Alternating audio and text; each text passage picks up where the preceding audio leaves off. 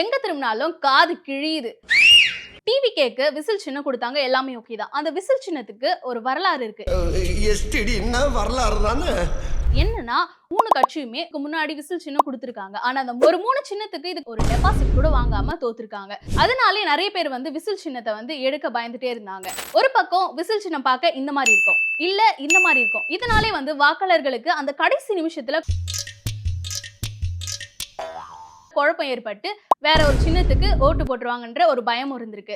இப்போ தாவேகாக்கு இந்த விசில் சின்னம் கொடுத்திருக்காங்க தேர்தல் ஆணையம். அதுவும் விஜய் அவர்கள் கேட்ட சின்னத்தையே கொடுத்திருக்காங்க.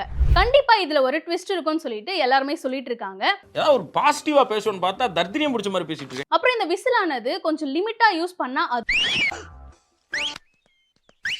ஓட்டா மாற சான்சஸ் இருக்கு. இந்த விர்ச்சுவல் வாரியர்ஸ் சொல்லவே தேவையில்லை.